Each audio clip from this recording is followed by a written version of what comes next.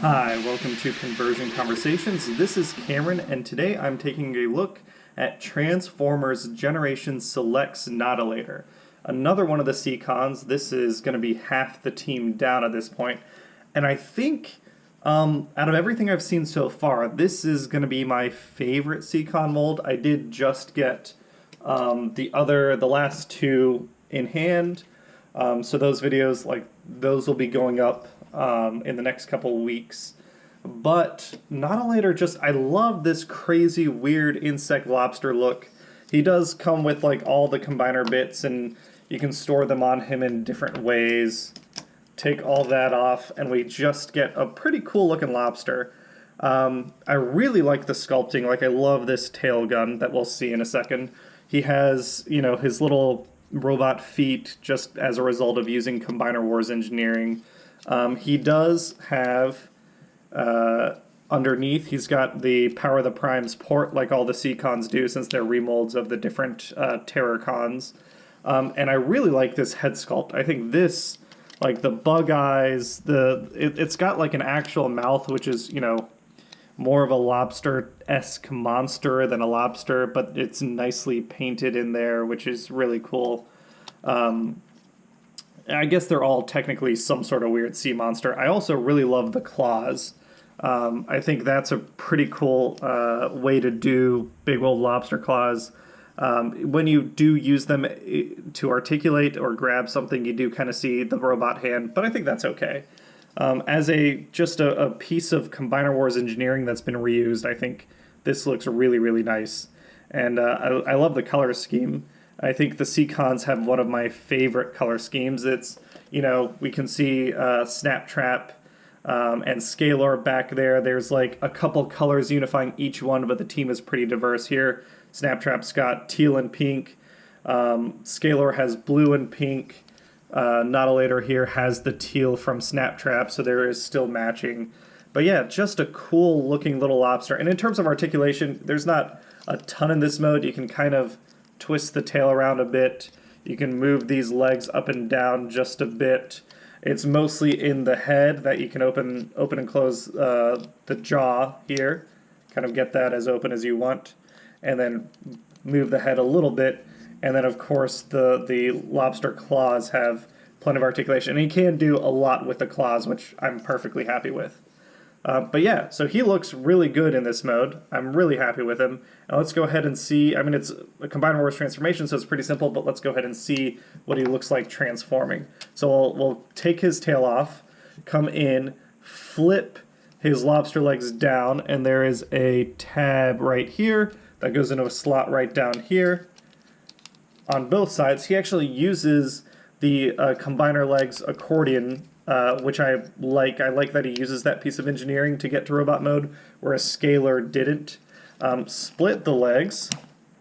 We can bump up our camera. There we go. Now that we have the legs separated out, the arms come down, and we did see previously that we can just flip out the robot hands on both sides. We can turn him around, turn him 90 degrees, and we're going to separate out his lobster monster head, come down, and it'll clip. He's got two tabs back here. There's two slots back here. They'll clip on nicely. Flip that head around, and we can flip his waist 180 and close up those lobster legs.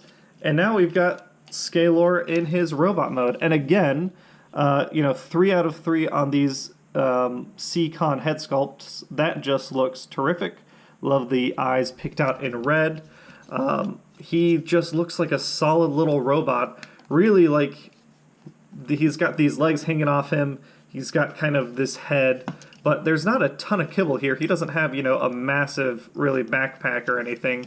Again, the old complaint about Combiner Wars figures was not a lot of leg articulation, but everything else is standard Combiner Wars engineering. The head can rotate, you can move the peg to kind of add a little extra articulation to the neck. Arms can go 360. You can actually pop them out if you want, but you don't have to. Plenty of shoulder rotation, 360 swivel because we have a ball joint in the bicep, no hand rotation. Hips can move all around.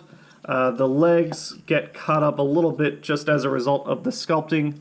And then we've got, oop, I didn't actually get that transformed fully. There we go, now it's caught. A 90-degree bend on the legs here. So, I mean, you know, he's a standard Combiner Wars-esque deluxe, but we'll drop this down. What I really like him is just his overall look. I love the way the little claw piece fits into the big claw piece and kind of just gives him these cool blades. I like how, you know, the lobster legs don't really stick out all too much. I think that's perfectly fine. He feels, you know, the same sort of hip looseness that Scalar had, but I think he just looks a little better than Scalar. His transformation's a little more involved than Scalar. His tail piece, you can flip it around, give him a little gun here, slot that in. You can give him his little battle axe, which is, again, beautifully painted. He's got another gun that we can put on somewhere. We can, let's say, have him hold both guns in one hand. Sure, why not? I mean, he has so many weapons. I did forget to mention on Scalar, but these Combiner hands, they're newly sculpted, but they do have the Power of the Primes piece, so if you want to load them up with Prime Masters, you absolutely can. We're going to just stick this on his back like so, curl around and get it out of the way. And he's still sturdy enough that, like, I mean, that's a pretty decent backpack, but he, you know, you can still pose him just fine in robot mode as is. And yeah, Nautilator is awesome. I really love Nautilator. I think Scalar might have been the low point of the line for me. Everyone else I like, and I'll be going through those videos in the next couple weeks. But yeah, super quick look at Nautilator. Again, I will be showing off the limb and the, we can kind of get that pointed out just a bit. Get him looking towards the camera. Yeah.